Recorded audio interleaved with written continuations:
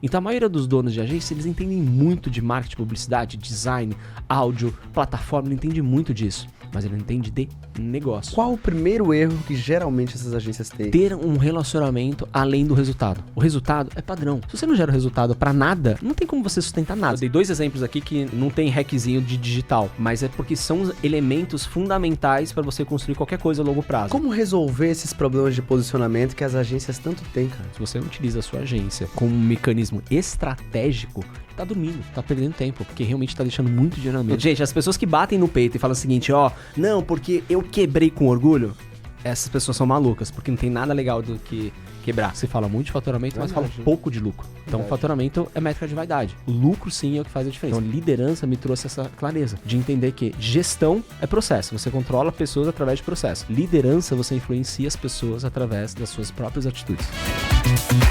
Fala, galera! Sejam bem-vindos ao KiwiCast, o podcast da KiwiFi. Eu sou o Marcelo Gualberto. Eu sou o Bruno Rodrigues. E pra quem não conhece, o KiwiCast é o podcast que traz toda semana pessoas que fazem dinheiro através do marketing digital. E se você é dono de agência ou pensa em abrir uma, se já se sentiu travado por comparação ou falta de clareza no modelo de negócio, ou se quer escalar sua operação de forma inteligente, com estratégia, posicionamento e time, esse episódio é pra você. Hoje você vai ouvir a história de um cara que criou do zero uma aceleradora de negócios que se tornou uma das maiores do Brasil, onde ele já ajudou mais de 500 agências a crescerem no digital, e que em pouco mais de 3 anos faturou mais de nada mais nada menos que 20 milhões de reais. No final de 2020 ele deu um start no que viria a ser a virada de chave da sua vida, e o resto, bem, você vai ouvir agora aqui na mesa do KiwiCast. Bruninha, você tá preparada? Eu tô muito preparado, o papo vai ser maduro do jeito que a gente vai gosta. ser aqui, eles estão preparados? Eu espero que sim, na verdade eu sei que vocês estão. Vamos chamar? Bora lá, quem será, quem será? Vem pra cá, Thiago Fonseca! Uhul! Aí, gente, obrigado mais uma vez. Fico muito feliz aqui pelo convite. E bora bater um papo e tentar trazer o máximo de insights pra essa galera.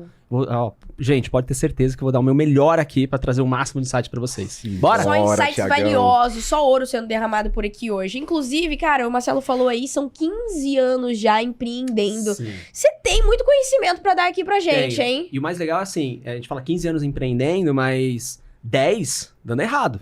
Não, Essa é a melhor parte. Perfeito. Sim, a melhor parte, brincadeira. Não tem nada de divertido, gente. Gente, as pessoas que batem no peito e falam o seguinte, ó, não, porque eu quebrei com orgulho, essas pessoas são malucas, porque não tem nada legal do que quebrar. A ideia, assim, foram 10 anos mesmo empreendendo, mais de 10 anos, no todo 17 anos aí de estrada, mas 10 de puro laboratório, aprendendo dando cabeçada, que é o que a maioria dos empreendedores fazem hoje no Brasil, Total. né? Verdade. Independente de ser no mercado digital ou não, a gente falou sobre aceleradora de agências, né? Então, assim, eu construí esse negócio junto com muita gente que me ajudou nisso, mas os insights que a gente quer trazer aqui, eu vou focar bastante para ser princípio e fundamento que caiba para qualquer negócio. Depende se você quer ter ou não uma aceleradora de agência, se você quer ter ou não uma agência de marketing. Se você tiver, já vai estar de cara para você. Mas se você não quer também, ou quer montar um negócio digital, de educação, você vai tirar bons valores, isso eu te garanto. Que legal. Perfeito. É que a gente para pra pensar, a vida do empreendedor também, querendo ou não, é você estar disposto a ter riscos, né? Total. E tem muitas pessoas que acham que é só o lado bom, mas os bastidores, até realmente dar certo, é muito difícil. Mas pensando em todo ali, o por trás, o antes de você vir pro digital, qual foi a primeira forma que você começou a ganhar dinheiro? Qual foi a sua primeira empresa, de fato? Que talvez não tenha dado tanto certo, mas te trouxe muito aprendizado. Sim, o primeiro negócio tinha nada a ver com o mercado digital, é um negócio de uma consultoria de saúde e segurança do trabalho. Caramba. Totalmente diferente, um outro business, e a gente ficou durante 10 anos batendo cabeça e tentando fazer esse negócio virar. Ele chegou a faturar alto, né? Chegou a faturar 3 milhões de reais no ano, mas a gente gastava 2.999.999, então assim, não sobrava nada no final do dia. Mas por que tudo isso acontecia, né? Porque a gente achava que basta você ter vontade, você ter uma ideia e, cara, vou trabalhar duro, vai dar certo. E é errado isso. Isso é a primeira característica de que um empreendedor que vai bater cabeça vai falhar. Ele achar que basta ele ter vontade que as coisas vão acontecer. Não é bem assim, não funciona. Eu posso ter a melhor vontade do mundo de ser um jogador da NBA. Vocês me conheceram aqui, pode passar 200 anos, eu não vou conseguir entrar nunca na NBA. Porque não tem como, não faz sentido aquilo. Não tenho características físicas para estar lá. Então, o que eu quero trazer com isso? Ali a gente entendia que existe a questão jovem e tudo mais, mas a gente começava a ir dentro do mercado, só que não tinha precificação correta. a gente não tinha estratégia de branding, a gente não tinha posicionamento de marca, a gente não tinha processos, a gente achava que tinha tudo isso, mas não tinha nada disso no final do dia. E a parte educacional também, que vinha como suporte, ela não era desenvolvida ou democrática como é hoje. Hoje você consegue sentar aqui no YouTube, você consegue escutar um podcast como esse, você tem uma informação de altíssimo nível de quem está no campo de batalha. Em 2008 você não tinha essa possibilidade. Então assim, não tinha nenhuma rede social ainda bem, sei lá, pós-Orkut, vamos dizer assim. Então, era um nível de jogo diferente. E o que acontecia, assim, sem me alongar muito na história, a gente já tive durante, sei lá, 70 funcionários, 50 e poucos funcionários, e eu demitia basicamente todos eles constantemente. Então, assim, a gente chegava a falar que os nossos colaboradores eram perecíveis. Porque dava 6 meses, eles começavam a apresentar problemas. Não é que eles apresentavam problemas, a gente gerava os problemas.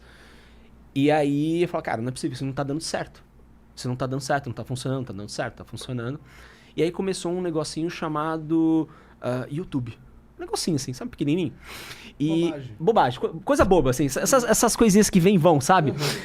E aí começaram a questão da geração de conteúdo. E qual que era o problema que a gente tinha naquele negócio? Pra gente crescer, e é isso que acontece muito, você cresce a curva de faturamento, né? Então você tem produtores, inclusive, vamos trazer assim para o cenário atual. É a mesma coisa, poxa, eu faço um lançamento. Então, eu faturei 1 milhão. Ok, esse é uma parte da verdade. Qual que é a segunda parte? Quanto que você gastou nele? Né? Quanto você investiu de tráfego? Investi 900 mil. Então, cara, pega esse 1 milhão e joga fora, que não serve para nada. Você ficou com 100 mil no final do dia. Então, o que acontecia? Quanto mais a gente crescia a nossa receita, naturalmente crescia o nosso custo. Então, eu tinha uma... E ainda era pior, porque a gente fornecia mão de obra. Então, para fornecer mão de obra, eu tinha que gastar na largada, porque eu tinha que contratar, preparar a pessoa, treinar, dar todos os equipamentos, moradia, deslocamento, para receber depois de 30 dias do cliente. E às vezes o cliente atrasava. Então, eu pagava 2 meses de salário. Então, se eu olhar, o meu lucro ia para baixo. E isso foram durante 10 anos, praticamente. E aí um dia eu falei, não é possível que isso não tenha uma forma diferente, né? E esse era um mercado bem diferente, que é um mercado que você tem um curso de uns 2 anos, não sei se ainda é assim, mas eram uns 2 anos, mais ou menos, você fazia um treinamento, você saía com um certificado. E esse certificado você pode trabalhar tecnicamente nisso. Só que ele formava o certificado, o mercado, mas não formava a parte prática da coisa. E a gente tinha 10 anos de parte prática. E aí veio essa ideia das possibilidades dos cursos online, né? E isso em 2016, 17 já. A gente já tá falando isso, já adiantando todo esse tape. Então aí eu falei, é o que eu preciso. Porque agora eu tenho 10 anos de experiência que eu posso empacotar num treinamento, num curso. E aí a partir do momento que eu puder empacotar tudo isso, agora é escalável. Agora eu posso vender aqui, posso vender no Acre, posso vender em Manaus ou em Porto Alegre sem aumentar meu custo. Parece que assim, alguém escutou as minhas preces. E aí eu levei isso pra dentro de casa. E aí os sócios acharam que não ia funcionar, que era uma onda passageira. Basicamente isso. Não vai funcionar. Caramba. Aí eu comecei a me sentir um estranho dentro desse ninho. Aí foi indo de novo. Falei, não, vou testar na pessoa física, né? E aí eu comecei a fazer conteúdo meu, falando sobre processos, qualidade, sistema de gestão, que eu dominava também. E aí começou a dar muito certo. Eu comecei a vender muita consultoria naquela época. Aí eu falei, legal, então deu certo. Porque se eu testei na pessoa física sem minimamente estrutura, isso já me deu um retorno. Então agora imagina a hora que eu levar isso para a companhia como um todo. Agora não tem discussão, né? Contra números não há argumentos. Eu vou montar o playbook e vamos executar. E levei o playbook. E mesmo assim não houve uma aderência por parte dos sócios. Aí foi o momento de virada que eu te respondo, que é o seguinte.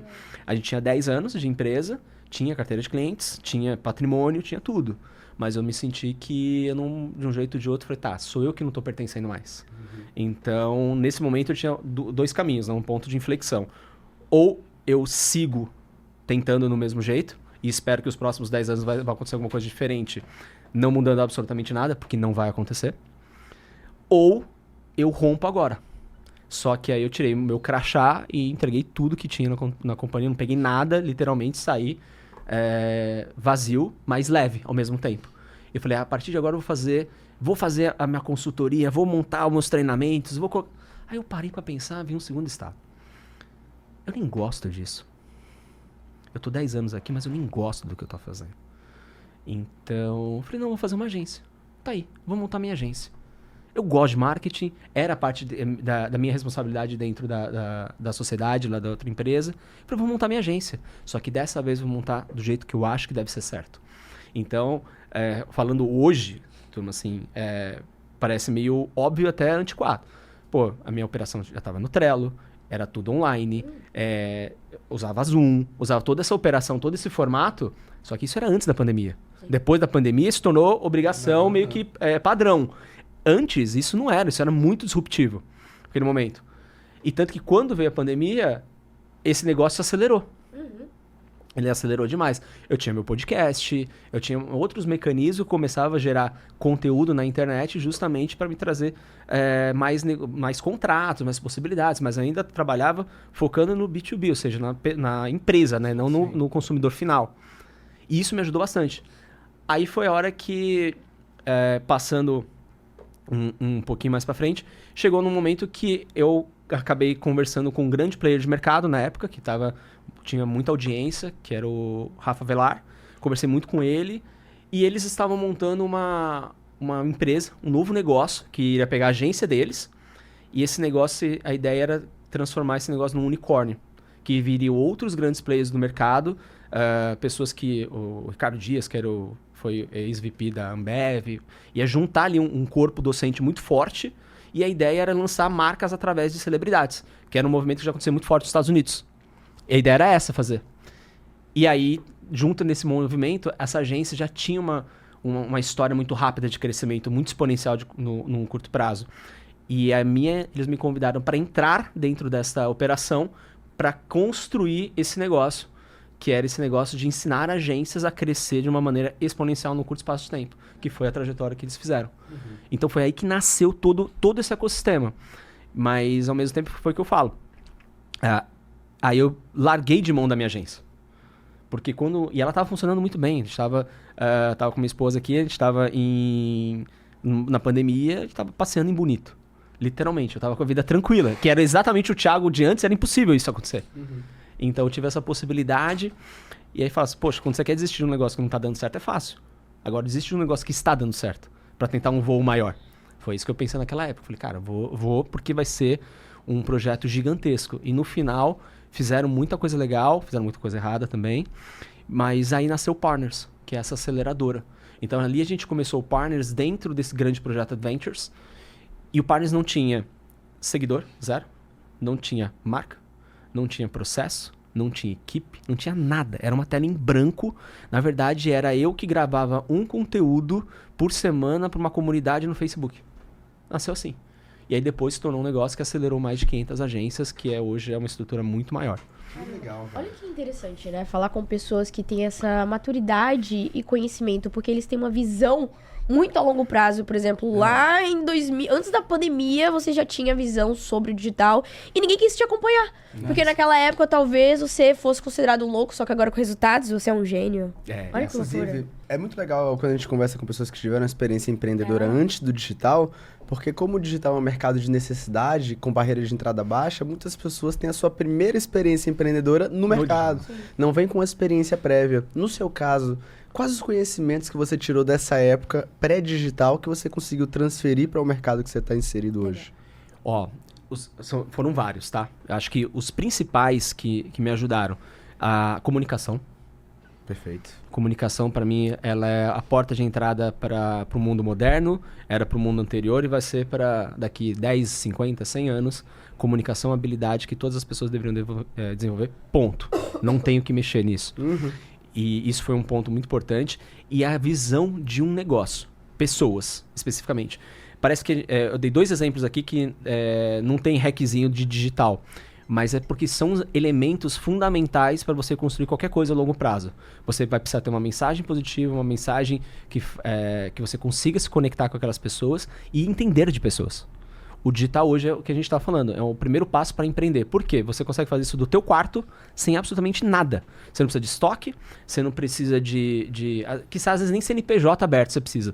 Então você consegue fazer isso do teu celular, da tua casa, fazendo dropshipping ou montando um e-commerce ou fazendo qualquer coisa nesse sentido. Você consegue efetivamente gravando um curso do seu celular, do teu quarto. Ou seja, a barreira ficou democrática demais. Agora você não tem mais desculpa para não fazer. É verdade. Só que tem um outro lado. O mercado tradicional sofre. Por que o mercado? Porque você não consegue mais agora achar pessoas que queiram trabalhar.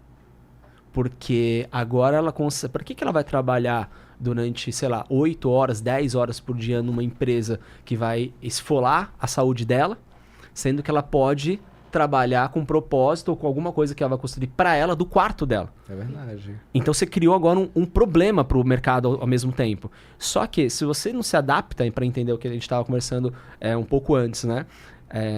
Se a empresa não tiver uma cultura, ela não for olhando para fora para o cliente, mas olhando para dentro também para a equipe, não consegue trazer talentos como vocês dois, por exemplo. Não consegue. Você não consegue. Porque vocês poderiam estar fazendo o tempo de vocês uma coisa que fizesse mais sentido. Vocês estão aqui porque não é só o fator dinheiro. Acredito que não é o fator dinheiro. Porque você precisa ter um propósito por trás.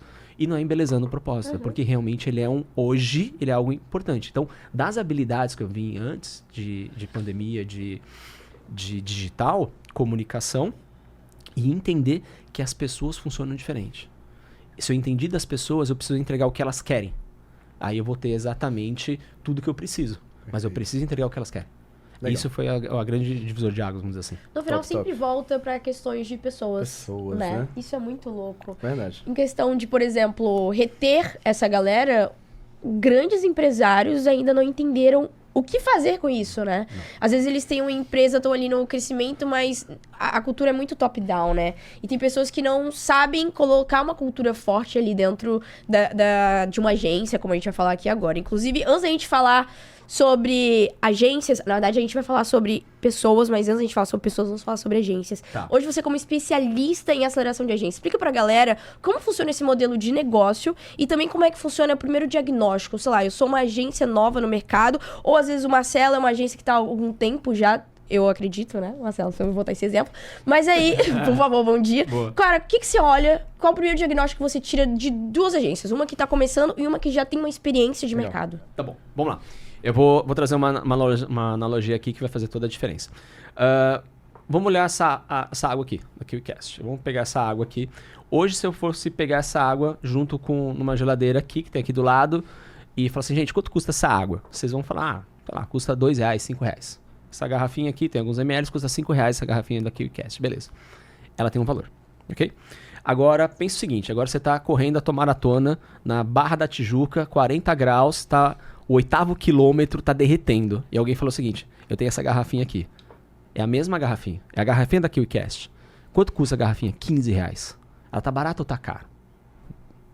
Entende? Depende muito do teu cenário, da tua necessidade. O que acontece com o dono de agência?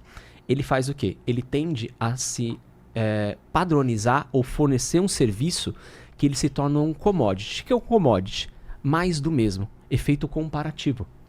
Então, quando ele coloca no efeito comparativo, ou seja, o que você faz? Eu faço post. Cuido de rede social. Assim como todo mundo. Eu cuido de rede social. Só que quando eu tenho algo a ser comparado, eu vou precificar pelo menor. O cliente vai decidir pelo menor. Entendeu? E aí, o que acontece quando o cliente decide pelo menor? Eu vou trabalhar muito, receber menos. E às vezes eu vou entregar a mesma água, eu vou entregar o mesmo produto. E é um vício que o dono de agência tem. E aí, o que eles fazem normalmente quando a gente faz um diagnóstico? A gente vai olhar, a primeira coisa e não é errado isso, tá? É que realmente vai acontecendo. Seja de uma produtora, seja, cara, de escritório de contabilidade. Eu era um cara muito bom técnico, e aí eu comecei a pegar um cliente, peguei 2, peguei 3, fiquei atolado, trouxe alguém para me ajudar, e se passaram 2 anos, eu tenho minha mini agência, eu tenho meu mini escritório. Só que eu não me formei como um negócio. Eu não entendo de negócio. Então a maioria dos donos de agência, eles entendem muito de marketing, publicidade, design, áudio, plataforma. Ele entende muito disso. Mas ele não entende de negócio. Então isso é uma uma filosofia clássica de posicionamento. Se você se posicionar igual, você vai ser igual e vai ser comparado. Se você é comparado, você vai ser, com certeza o cliente vai decidir pelo mais barato. Agora, se você tem um diferencial único, exclusivo, você tem um preço exclusivo, um posicionamento exclusivo, você te dá o luxo de poder pagar, ou melhor, pagar melhor para colaboradores melhores, você começa a destravar uma série de problemas que um dono de agência tem hoje, que é, não consigo achar mão de obra, ninguém quer ficar, cliente vai embora, porque tem rotatividade rápida, você não consegue ter retenção de cliente. Viveu a vida inteira de indicação, porque o mercado estava aquecido, agora desacelerou, ele não sabe vender. Então você começa a criar uma série de problemas que um dono ou um empreendedor que já bateu cabeça durante alguns anos, ele já se ligou que ele precisa ter uma equipe de vendas. Ele já se ligou que ele precisa ter um posicionamento diferente. Então ele não sofre com essas coisas. E um dono de agência hoje sofre. Quando o cara vai entrar no Partners hoje, o que a gente faz? Cara, a gente vai fazer um diagnóstico dele. Fala assim, ó, isso daqui você tem essas áreas de vulnerabilidade, a gente vai te ensinar negócio. A gente vai te ensinar agora a criar um produto, a criar uma solução, a organizar os teus processos, a deixar a tua agência mais otimizada e te dar mais faturamento, mas te dar mais lucratividade, que é uma palavra que pouca gente fala. Você fala muito de faturamento, mas fala pouco de lucro. Então, o faturamento é métrica de vaidade. O lucro, sim, é o que faz a diferença. No final, o caixa é rei. Então, quanto é que sobrou no teu caixa. Então, é isso que a gente vai trabalhar dentro ao longo de 12 meses no programa. É isso que a gente olha para as agências. Que legal, cara. Muita clareza. Inclusive, eu gosto muito do modelo de agência porque eu sinto que é uma grande porta de entrada para o mercado digital e uma escola incrível porque você consegue empreender com o dinheiro do seu cliente. Então, para muitas pessoas, elas começam ali no caminho de ofertar tráfego para negócio local. Perfeito. Só que eu vejo que é um caminho de entrada, mas que muitas pessoas, assim como começam em dropshipping ou infoproduto, tem muitas travas para iniciar, porque você tem que começar como um negócio, não é uma oportunidade de fazer uma renda extra, é um negócio e muitas pessoas veem só como uma oportunidadezinha de, eu vou prestar um serviço e tudo mais. Inclusive, já aproveitando sua expertise, eu realmente vejo muitas pessoas que iniciam com agência e travam logo no começo. Você citou alguns erros, né? Que você começa a destravar à medida que você consegue se diferenciar. Supondo que uma agência chegou e falou, cara, eu comecei, eu quero seguir por esse caminho, mas eu tô travado desde o princípio. Qual o primeiro erro que geralmente essas agências têm? É duro que eu vou falar, mas tá no dono. Tá na pessoa. É a primeira trava. Porque se você não tiver autorresponsabilidade de olhar o seguinte, o mercado tá ruim, todo mundo caiu? Todo mundo caiu? Não. Tem gente que tá crescendo. Então tem alguma coisa errada. Eu tô no mesmo mercado. Tô eu e o Marcelo, a gente tá no mesmo mercado. A minha agência vem perdendo faturamento mês a mês. E você tá crescendo de uma maneira avassaladora. Você concorda que não é o mercado? Com certeza. É a pecinha por trás. Então se você tem essa autorresponsabilidade, beleza. Baixou a bola, agora a gente vai conseguir mexer nos mecanismos. E eu acredito que o mecanismo mais claro que tem é o produto, ou seja, qual que é o serviço que essa agência está se comprometendo a fazer. Porque às vezes ela não tem ideia, ela pega porque aquele cliente pediu para fazer, ela faz. Mas você não faz isso daqui, também faço, tal coisa eu faço. Ela começa sendo uma agência full service, ou seja, que começa a mexer com várias frentes, mas ela não está com processos, com pessoas ou desenhada para ser uma agência full service ou uma agência de tráfego. Porque no final do dia, assim, o que o Thiago acredita que já vi de mecanismos, a agência, hoje, ela é um facilitador absurdo. Então, se você tem uma agência hoje, para mim, a melhor coisa que ela tem que ser, ela não tem que ser o final da linha, ela tem que ser o meio da linha. Ela tem que ser um ponto de conexão para algo ainda maior. Se eu tenho uma agência hoje, eu tenho que pensar o seguinte, cara, a gente está vivendo em 2025, onde o mundo não tem barreiras, a internet funciona, a gente está no mercado digital, tudo pode ser escalado. Só que para que eu vou me matar para poder acelerar um negócio pelo qual, por exemplo, não tenho uma participação nele? Por que eu vou me matar para pegar e fazer a água da tia Josefa aqui vender muito mais, se eu posso pegar essa mesma energia e canalizar para minha própria água? Então, assim, é como se eu tornasse eu mesmo meu melhor cliente. Então, o que a maioria das agências não faz é o próprio marketing, cara. Sim. Nenhuma faz o próprio marketing. Você fala assim, olha, entra no Instagram da maioria. Tá ruim. Não tem um marketing dela. Ela não faz o próprio marketing. Então, o que ela tá mais preocupada? E isso é ok. Faz parte mesmo. Eu tô preocupado com o meu cliente, eu quero dar resultado pro meu cliente. Eu entendi. Mas se você tem um mecanismo hoje de mídia, de aceleração para o seu próprio benefício, Cara, faz muito mais sentido. Você entra para um escritório de contabilidade, por exemplo, fala assim, cara, vamos fazer o seguinte, quantos clientes você tem por mês? Ah, tenho, sei lá, 200 clientes. Vamos fazer o seguinte, eu vou tornar o seu escritório para 600 clientes e eu quero 20% dele. Vamos. E eu faço marketing, deixa que eu cuido, eu faço toda a campanha. Então eu começo a ter um pouco mais de participação em vários negócios. E a minha agência é um mecanismo de alavancagem. Eu posso também ter clientes que eu acelero, não num formato de success fee, ou seja, de sucesso, né? De percentual sobre o sucesso. Mas por um valor mensal, tá tudo bem, eu posso fazer, fazer gestão de tráfego e aprender isso. Mas hoje, em 2025, se você não utiliza a sua agência como um mecanismo estratégico, é um negócio estratégico, tá dormindo, tá perdendo tempo, porque realmente tá deixando muito dinheiro na mesa. Você acredita na ideia de que hoje uma agência ela deve ser ultra nichada ou ela funciona e dá pra ter muito sucesso sendo uma agência diversificada, sem nicho próprio? Ó, ultra nichada, ela é mais fácil de você rapidamente adquirir uma fatia de mercado. Pequeno, mas é fácil. Só que qual que é o problema de ultra nichado? O que eu acho? Chega uma hora que você vai bater num teto. Independentemente do tamanho do mercado, o mercado é gigante, você vai bater num teto. Depende muito da tua expectativa. Se eu quero uma agência que vai me dar 100 mil reais de faturamento por mês, que vai me garantir uma qualidade de vida, e é isso, cara, tá tudo bem. Você vai conseguir sendo uma agência ultra nichada. Dá pra fazer. Não, eu quero um voo maior, eu quero realmente montar uma empresa. Tem agências, grupos de comunicação que são vendidos por 1 bilhão. Caramba. E aí, não é nichado, você entende? Então assim, a DM9, a África, são grandes agências assim, tradicionais de 50 anos, 30 anos de mercado. Elas têm um valuation absurdo, mas elas trabalham com contas como Itaú, grandes, a gente chama isso de agência enterprise. Então, e a mesma coisa se você tem hoje uma agência que foi lá atrás, que cuidou de alguns experts e lança alguns experts, tem parceria. Acho que a mais famosa de todas é do Leandro Ladeira e da Kátia.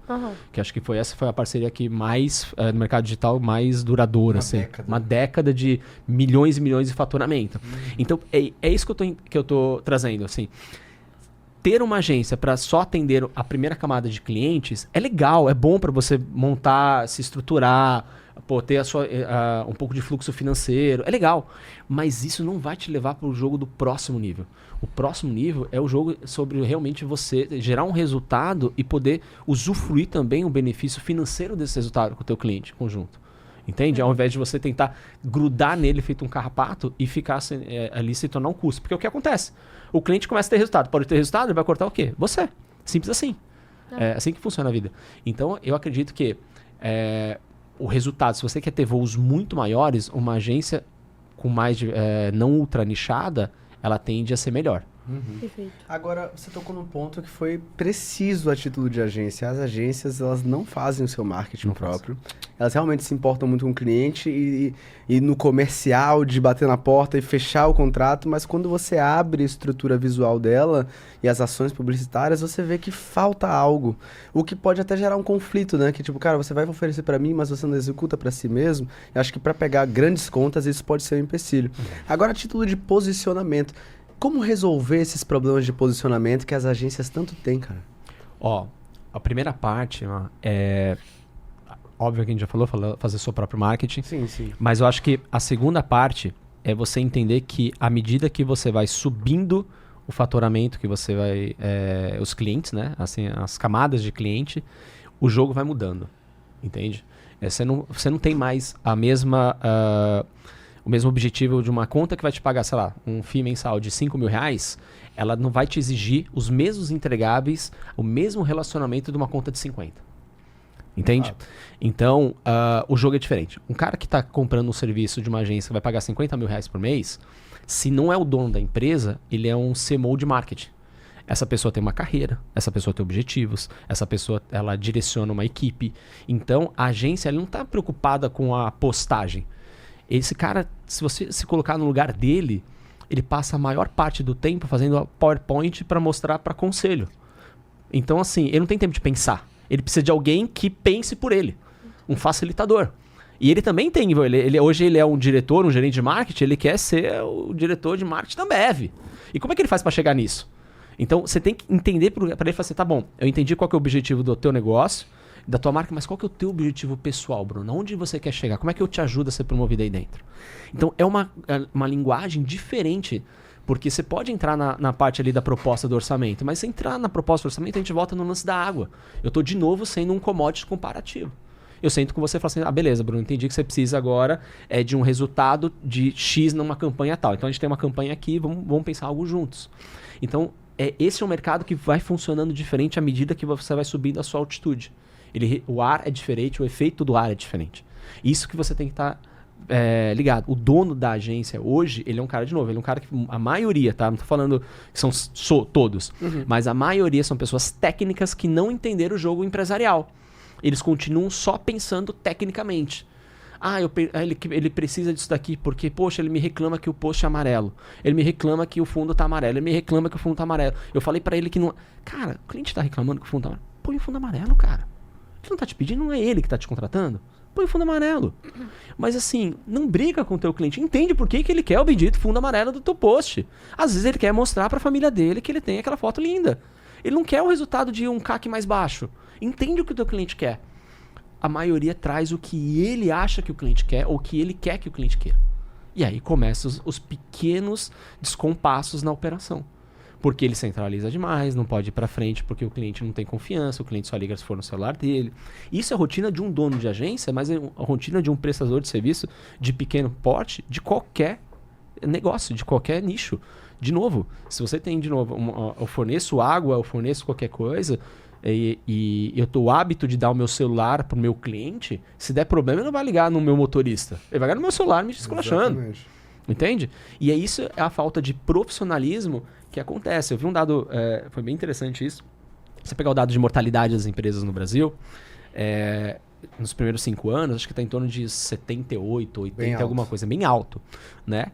E aí, pô, você fala assim, por que as empresas quebram no Brasil? Aí, vamos lá, mão de obra difícil, regime tributário complexo, economia que balança de um lado para o outro, cenário político uma desgraça, e assim, N coisas. Beleza. Só que aí você vai pegar, por exemplo, Europa e Estados Unidos, é 70%. Não é tão diferente. Mas, pô, peraí, o cenário político na Europa não é mais firme, a economia lá não balança tanto, então por que tem ainda esse mesmo índice? É que justamente as pessoas estão prontas para empreender, mas não estão prontas para serem empresários. Caramba. E aí é onde faz a diferença. Ela não se profissionaliza para ser empresário. Ele simplesmente vai. E aí não é só você fazer um MBA ou uma faculdade. É você efetivamente entender daquele negócio. Se cercar das pessoas certas. Ter mentores. Se realmente educar digitalmente. Entender como é que funciona as curvas de cultura. Então a geração agora, acho que nunca teve em nenhum lugar no mundo, na história da humanidade, tantas gerações no mesmo ambiente de trabalho. E como é que você equilibra isso? Pensa na QIFI hoje. Olha a idade das pessoas. Pô, a pessoa jovem, a maioria acredita que seja jovem. Você vai num escritório de advocacia, sabe o que eles vão falar? Eu não contrato jovem. Os caras não querem saber de nada. Pô, quanto que a QIFI fatura por mês? Fatura por ano? Empresa gigante, feita por jovens. Então, peraí, jovens não funciona para direito, mas funciona para o mercado digital? Não é isso. É porque você tem um alinhamento daquelas gerações. Você entende como é que aquela geração funciona e você extrai o melhor dela. Se eu pegar a geração do 1970, eles pensam diferente, eles reagem diferente, eles vivem diferente. Então não adianta eu colocar para ele o conceito de TikTok e tentar afiar aquilo goela abaixo. Eu preciso explicar para ele o porquê daquilo. Eu tenho uma apresentação que eu gosto muito de fazer, que é para chocar mesmo, né? Quando eu faço para empresários para advogados, segurança patrimonial, empresários que são realmente da velha guarda. Uhum. E eu coloco um primeiro slide, coloco assim, vocês conhecem Charli D'Amelio? A maioria não faz nem ideia do que é. E a Charli D'Amelio, acho que é o maior perfil do TikTok, né? Sempre foi nessa história. Ela tem 11,2 bilhões de curtidas. Uau. Nos seus vídeos. 11,2 bilhões de curtidas. E aí eles falam assim, ninguém entende, né? Mas aí você traz isso para um quantitativo. É como se quase 1,5 pessoa da Terra curtiu o vídeo dessa menina.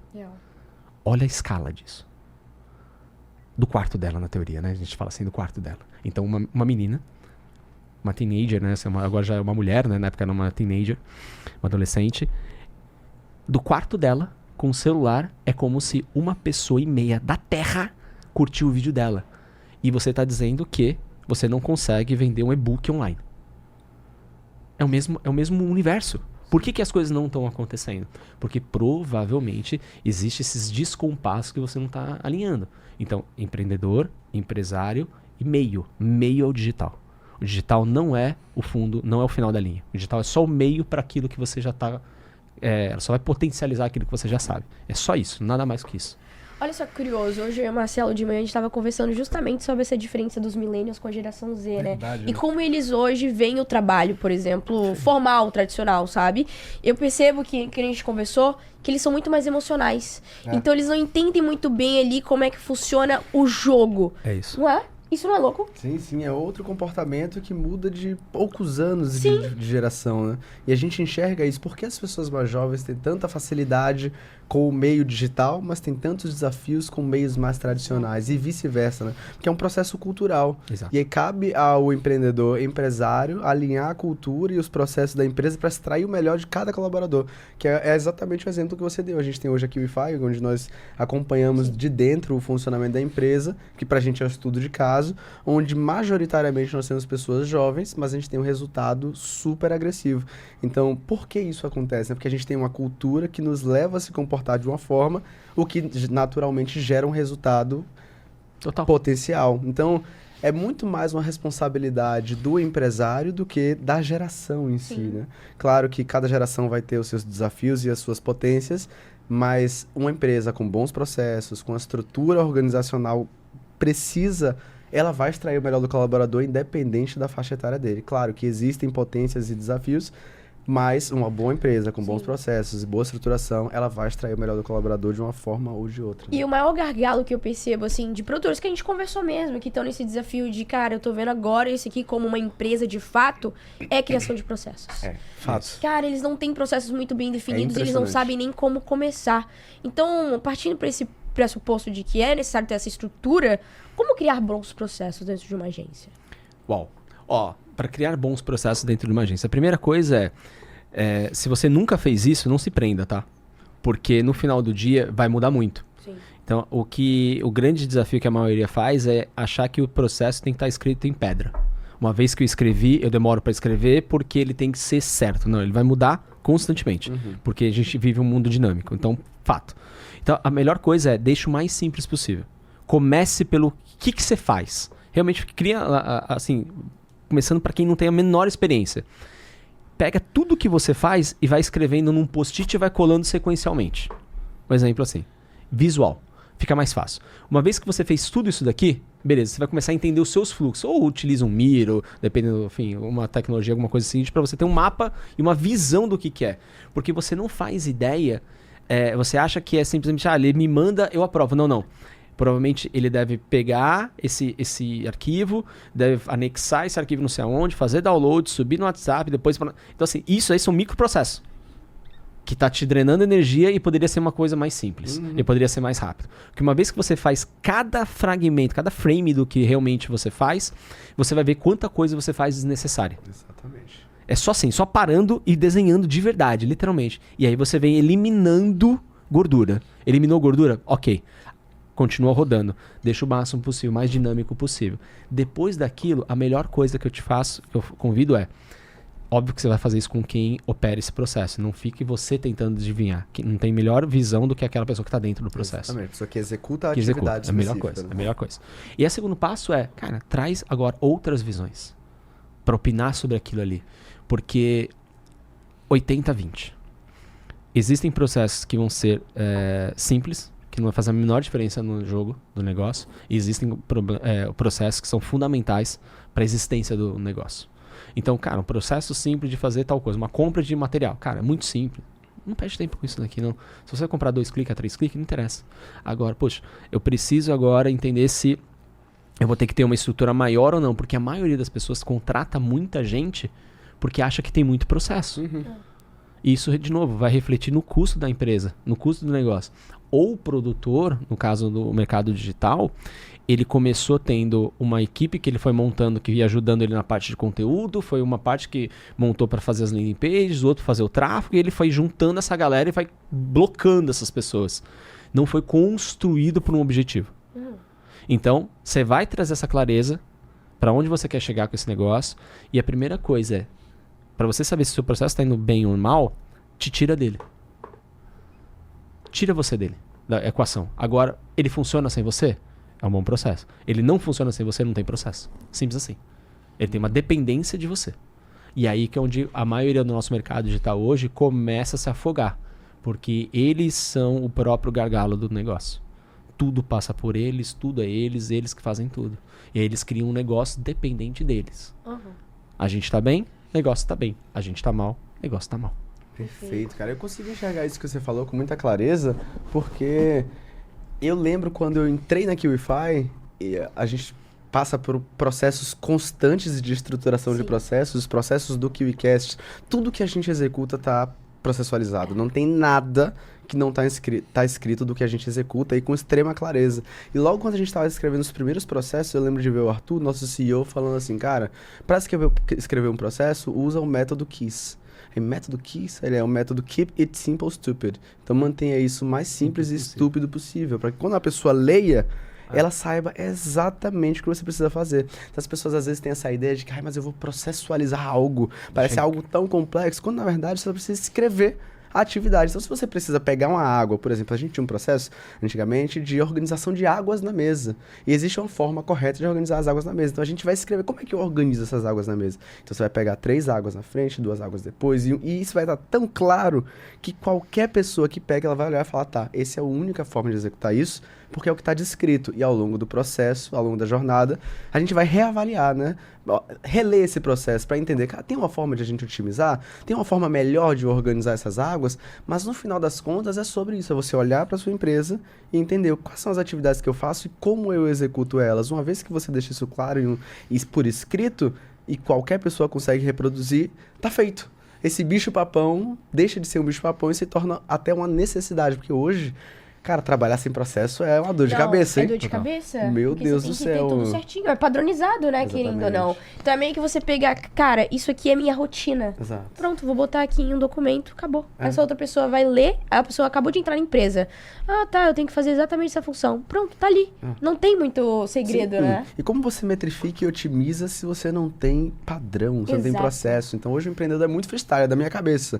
Aí você não Do tem um feeling, local, né? feeling. Precisa de dados, não, mas é porque cara. eu tenho feeling, é um ego, Sim. né, cara? Cara, bota, escreve, vai facilitar a sua vida. Agora, Thiago, eu queria aproveitar essa oportunidade para tratar de alguns desafios que todas as agências, ou 90 e poucos % têm. E uma delas é captação de cliente. Pessoal, essa é uma dor muito comum, né? Ai, mas é porque eu não consigo. Eu já tentei por boca a boca, eu já tentei por tráfego pago, eu já participei de evento, não foi. No seu caso, da sua experiência, o que é que funciona a título de captação de cliente? Como é que está estruturado os processos a título? Já tem um closer, tem um SDR, é um contato direto, é tráfego pago, canais de aquisição? Explica pra gente. Eu vou pegar a tua última frase e começo por aí. Canais de aquisição. Hoje, o que a maioria tem, né? E aí, de novo, não é somente o dono de agência. Isso vale para qualquer negócio. Boa. Eu tenho um canal... Como é que eu capto o cliente? Eu tenho equipe de vendas. Não, equipe de vendas é um canal. Tá, qual que é o próximo? Ah, eu tenho indicação. Indicação é outro canal. Beleza. O que você vai entender aqui? Depende de cada mercado. Lembra? Eu falei, quanto mais você sobe o jogo, vai mudando. Então, por exemplo, se eu quero pegar agora uma conta de 100 mil reais. Não é no post do Instagram. Então não adianta, eu posso despencar um caminhão de dinheiro em tráfego pago que não vai funcionar. Porque esse cara, ele não está interessado para saber efetivamente se eu vou colocar 100 mil e vai alguma coisa incrível vai acontecer. Não, ele está olhando ali se você tem capacidade de investir a verba dele, porque o objetivo dele às vezes é awareness, o objetivo dele é bater a meta XYZ. É diferente. Então ali vai ser muito mais num relacionamento. É capaz de você conseguir muito mais via um clube de networking. É muito mais você às vezes gastar uma grana e fazer um jantar no Fazano e trazer essa galera para conversar. Fazer um podcast você traz como um canal de aquisição. Então assim, depende muito dessa estratégia, tá? Mas para não murar, o que eu acredito que seria a melhor forma possível? A primeira coisa é, você tem que ter personalidade para fora. Por 2 motivos. Tudo que você coloca como um cliente da sua própria agência e fazer o teu material em primeiro lugar, vai gerar um movimento bom, porque você vai chamar a atenção do mercado, ok? E ao mesmo tempo você tem um DNA diferente, por exemplo, escutando vocês falando da QIFI. Legal. Você, como produtor, dá interesse em participar e trabalhar com vocês, porque, poxa, me parece um parceiro de negócio interessante. Só que cada vez que vocês vão mandando pro mundo sobre isso, tá criando um efeito colateral, que sabe aquela onda quando você joga uma pedrinha no lago, ela vai abrindo? Uhum. É a mesma coisa, porque vocês também começam a bater em pessoas que querem trabalhar. Nem todo mundo quer empreender. As pessoas querem trabalhar numa empresa legal. E quando você tá falando sobre isso, o quanto que é divertido, o quanto que é legal, divertido no sentido, não é a Disney, né? Mas, pô, é um lugar agradável, que respeita e trata bem os colaboradores. Isso vai trazendo pessoas qualificadas para dentro deste negócio. Pessoas qualificadas dentro do negócio tomam decisões melhores. Decisões melhores levam o negócio a lugares melhores. Então, é um efeito cascata. É sobre, literalmente, plantar e colher. O que a maioria não quer? A maioria quer simplesmente achar que vai ser um canal único, como sempre funcionou, vai ter que sempre funcionar. Verdade, E não cara. vai funcionar. Entendeu? Então, assim, a indicação, legal, tá funcionando a indicação, que bom, potencializa. Agora eu tenho um podcast que eu vou trazer as pessoas para conversar aqui, os meus futuros clientes, e depois a gente vai ter um momento nosso e ali, efetivamente, posso fazer um pitch de vendas. Legal, potencializa. Qual que tá te dando mais retorno agora? Ok, dá uma forçada maior, tipo, investe um pouquinho mais. Mas tenha diversos canais. Só que o mais importante de tudo isso, não desça o nível. Em que sentido? A maioria aceita, por exemplo, eu quero agora crescer mais. Ok? Se você quer crescer mais, ter voos maiores, então você está acostumando o jogo mais alto. Só que às vezes vem oferta do jogo mais baixo. Então, por exemplo, eu quero aumentar minha agência e pegar um ticket médio de 15 mil. Mas bateu um de 2. E agora? Eu aceito? A maioria aceita. A maioria aceita pegar um cliente com um ticket médio de 2 mil reais. Qual que é o problema disso? O problema é que você estava jogando um jogo de 15. O jogo de 15, quem tem não é quem tem muitos clientes, é quem tem poucos que pagam muito. Não é um jogo de muitos de pouco. E aí você tá nenhum e nem outro. Quando você tá nenhum e nem outro, você literalmente tá com um pé na jangada e outro na margem. Você não tá fazendo nada direito. É difícil de equilibrar, porque a necessidade do de 2 é diferente da necessidade de 15. Você tá olhando o número, não tá olhando o que vai te trazer por trás desse número. E tem tudo o imposto. Então, o que eu acredito que são as melhores formas de você empilhar canais de vendas, né? Você vai tendo vários canais e ali em cima depende do meu objetivo e o quanto que eu vou fazer na minha carteira. Então, eu tenho uma agência, hoje eu quero fazer tráfego para um grande influenciador. Beleza. Eu tenho que mirar ali. Então, eu tenho que focar naquilo ali e fazer aquilo ali. Agora, poxa, tá vindo um cara aqui que é uma especulação, pode ser que dê bom. Você tem alguma unidade ali ou mão de obra, que eu digo assim, pessoas que têm tempo para tentar assumir esse apetite ao risco para ver se vai dar certo ou não? Não tenho. Então, cara, não tira o foco. Continua no que você está fazendo. A oportunidade vai bater uma atrás da outra. Você tem que saber qual que você vai agarrar. Se você quiser agarrar todos, se você tem uma obesidade, não vai sair de lugar nenhum. Literalmente não vai ter lugar nenhum. O medo, eu acredito que é o que mais trava um dono de agência. Literalmente esse medo de ficar sem faturamento, então ele pega o que vier. É isso mesmo. Da qualidade, né? Muito bom. Mas uma questão que você trouxe lá no início do podcast foi um dos problemas que as agências enfrentam. E um deles é a questão ali de reter os clientes, né? Hoje, pensando na Partners, como é que quais ações vocês executam para evitar o churning dos clientes de vocês? E aproveita e explica pra galera o que significa esse tal do churning. Boa, Bruninho. Vamos lá. Churn basicamente, acho que não tem um jeito mais simples de definir do que literalmente o cliente que vai embora. O cliente que desiste e vai embora. Então, você perdeu esse cliente, você tinha ele na tua base e ele resolveu cancelar de alguma forma. E aí, o que acontece? O que a gente tem hoje? A gente tem o que a gente ensina para as agências, naturalmente, e tem o que a gente faz hoje com o cliente. Então, hoje a gente tem um LTV, o nosso produto hoje ele dura em torno de 12 meses, mas tem clientes que ficaram 3 anos com a gente. Caramba. Incrível. Então, é algo diferenciado. Normalmente a média seria o quê? 1 ano, 6 meses? Menos Pequeno, até. menos? Caraca. Normalmente menos. Caraca. Normalmente menos. A gente tem isso daqui já. Então, assim, o nosso LTV é muito bom por causa disso, né, que é o Lifetime Value, ou seja, quantas vezes o cliente compra de você. E então a gente teve uma boa retenção. Mas o que acontece? Porque a gente conseguiu criar um modelo que ele, de um jeito ou de outro, ele tem a questão coletiva, mas eu desço para o individual. Então, assim, eu tenho a minha metodologia do que os pilares que a gente vai tocar, independente se você é uma agência de growth, ou seja, se você é uma agência de, sei lá, de social, não interessa. A gente vai tocar nos mesmos pilares, que são negócios, no final do dia. E aí, essa metodologia vai trabalhar isso, mas a gente tem um consultor que ele fica individual olhando a tua operação. Então ele vai ali e vai acompanhar cada movimento teu para você implementar isso, literalmente pegando na tua mão. Então isso dá pro cliente uma segurança que ele tem a metodologia, tem a mentoria, tem todo o processo e tem um consultor que vai ajudar ele individual. Então isso dá uma segurança maior. É isso que a gente faz hoje no Partners. Então se algo não está indo bem, imediatamente a gente já tem esse sinal. O cliente já está levantando a mão. Então isso já chega pra gente, a gente atua. Dá tempo, às vezes não dá. Às vezes realmente não deu, o cliente não sentiu que, poxa, não era o momento, não tá afim. Ao longo dessa trajetória já aconteceu casos de agências comprarem agências dentro do nosso ecossistema. Já aconteceu casos de as pessoas falam assim, cara, não quero ter agência, quero virar um comediante. Aconteceu já de tudo. Então assim, mas ao mesmo tempo, os clientes ficam. E o que a gente ensina para eles como agência com os clientes dele? Ter um relacionamento além do resultado. O resultado é padrão. Se você não gera resultado para nada, não tem como você sustentar nada. Você pode ter o melhor relacionamento, eu posso ser um anjinho com você.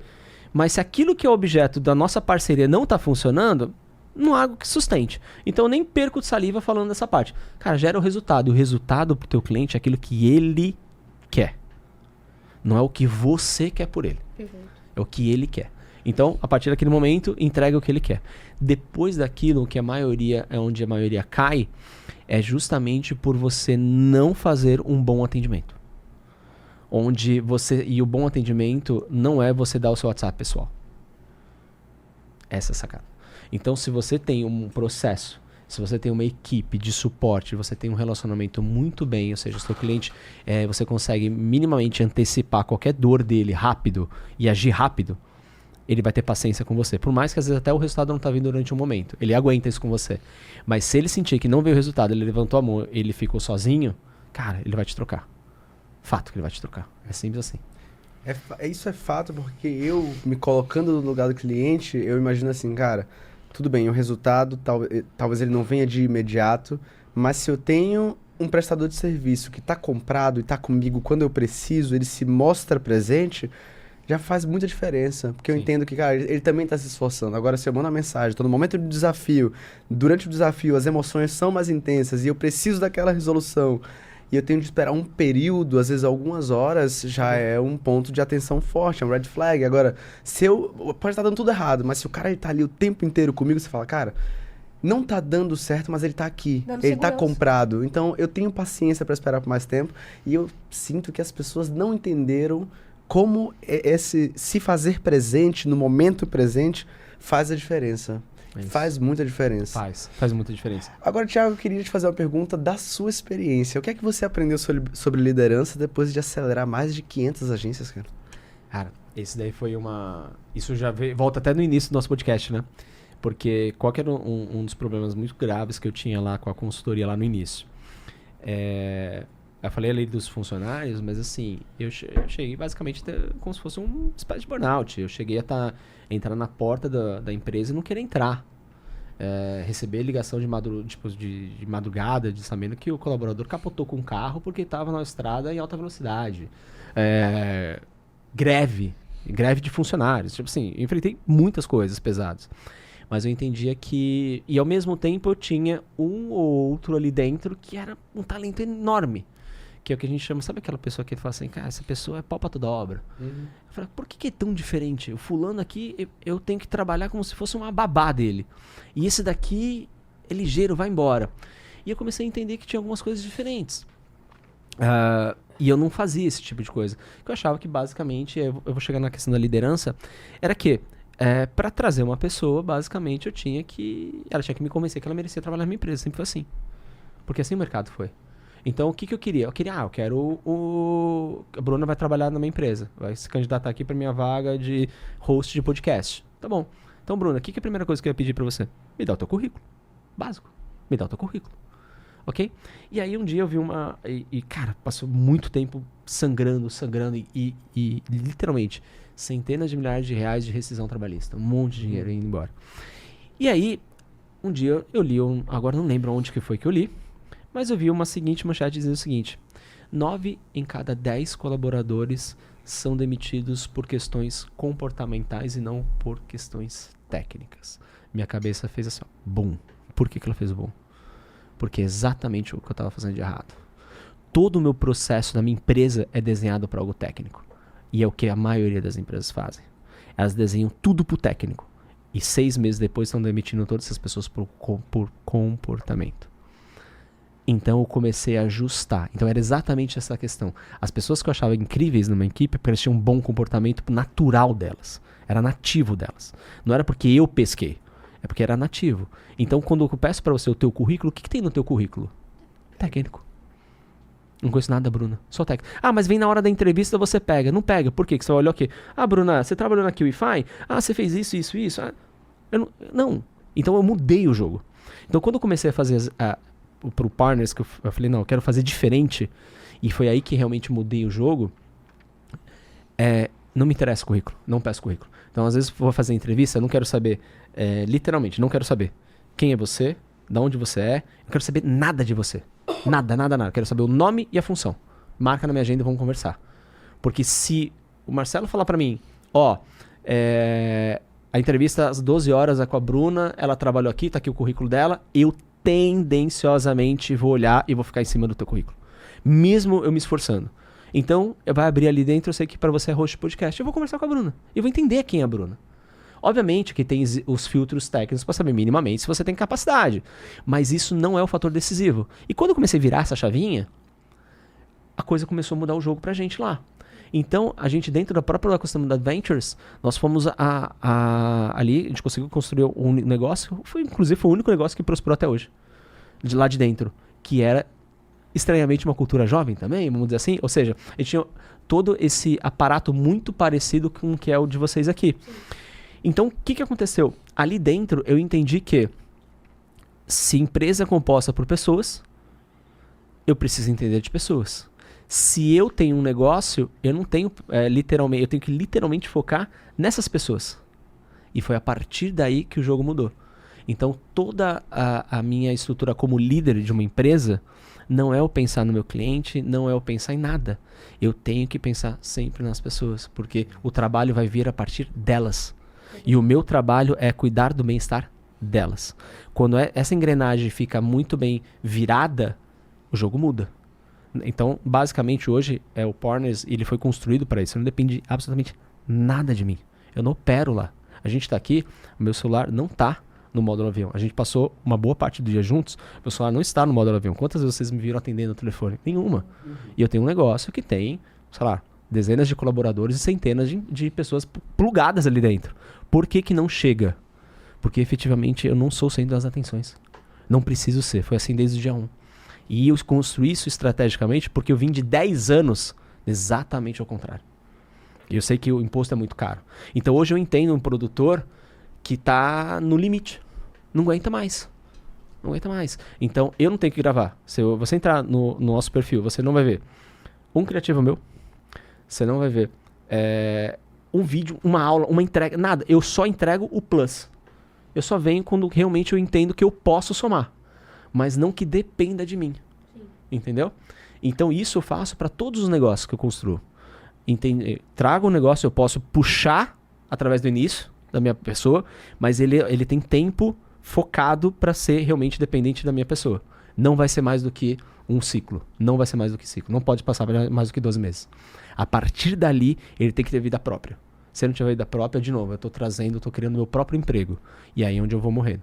Então, liderança me trouxe essa clareza de entender que gestão é processo. Você controla pessoas através de processo.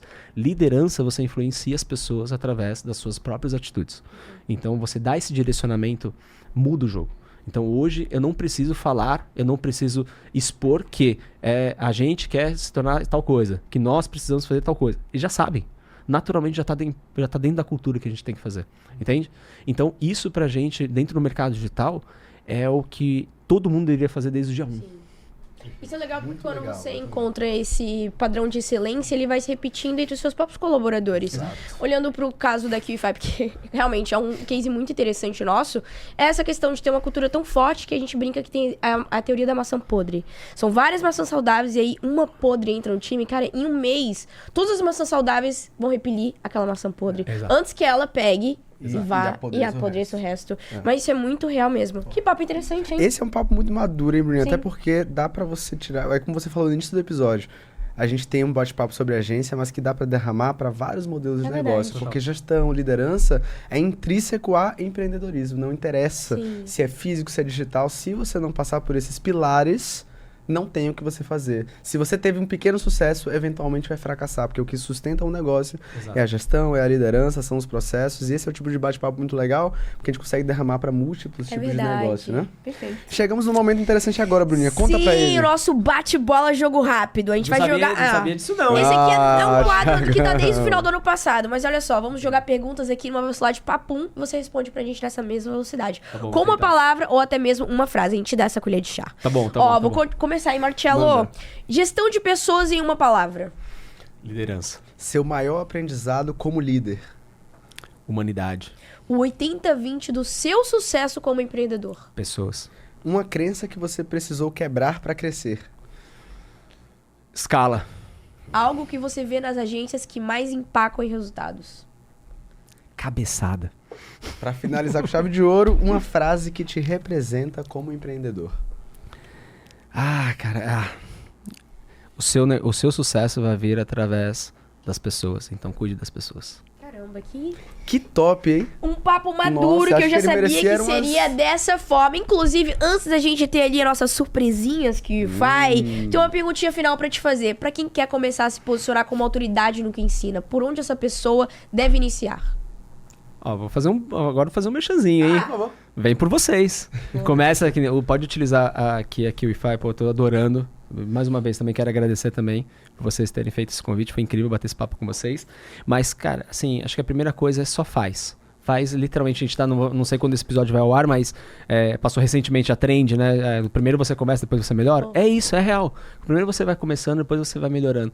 Não tente se comparar com os grandes, que os grandes têm uma trajetória, não é a tua. Olha pro teu objetivo, para aquilo que você quer e começa a construir. Só planta que um dia vai vir a colheita. É isso. Perfeito. Muito bom. Que Finalizar com bate-papo chave de gostoso, ouro. hein, Eu gostei Bruninha? pra caramba. O que é que temos agora pra ele? Presentinhos Temos QIFI pra pra ele você. e pra Olha Fernanda, só, que tá ali. vamos ganhar presente. Eu falei, olha só, mais Tá achando o quê? presentinhos. Tá achando o quê? Que isso? Que A gente lindo. gosta de mimar, tá Já tá vendo? ficando Tô mal vendo, olha acostumado. só, obrigado. Olha só! Gastei da sua própria canequinha Eu tô QIFI. vendo. Aqui, gente, eu vou pôr aqui na câmera, aqui, ó, gente, ó. Ou ficou Que muito linda. bom, tá? Ficou ficou. legal mesmo. Cara, muito Esse legal. presente é pra agradecer Legal. você ter aceitado o convite, ter compartilhado Obrigado, tanto gente. conteúdo de valor com nossa audiência. Obrigado Tenho certeza mesmo. que a galera vai querer continuar te acompanhando. Já deixa aí suas redes sociais, Boa. as redes sociais da Partners, que a galera tem muito conteúdo pra pegar. Ó, do Partners é @sejaumpartner. Mas é mais fácil se você gaguejar ali pra achar, acha o.Thiago Fonseca com H, que aí você vai achar todas as redes sociais, tá tudo lá. Show de bola. Muito obrigado pela sua presença, Obrigado, Thiago. Tamo gente. junto. E Bruninha, pra quem ficou com a gente até o final, o que, é que a gente tem que fazer agora? Q Lovers que ficaram aqui até o final, que eu tenho certeza absoluta que vocês ficaram, já deixem aquele super like, comentem aqui os insights valiosíssimos que vocês pegaram com o nosso queridíssimo Thiago Fonseca. Comentaram? Então agora se inscreva no nosso canal e ativa o sininho, hein? Pra vocês não ficarem de fora de nenhum novo episódio que sair aqui do QCast. E aquele ponto bem importante que vocês já sabem, mas bora lá, o Marcelo. Aonde a gente se vê? A gente se vê no próximo KiwiCast. É um compromisso e eu vejo todos vocês lá. Valeu! Valeu, gente.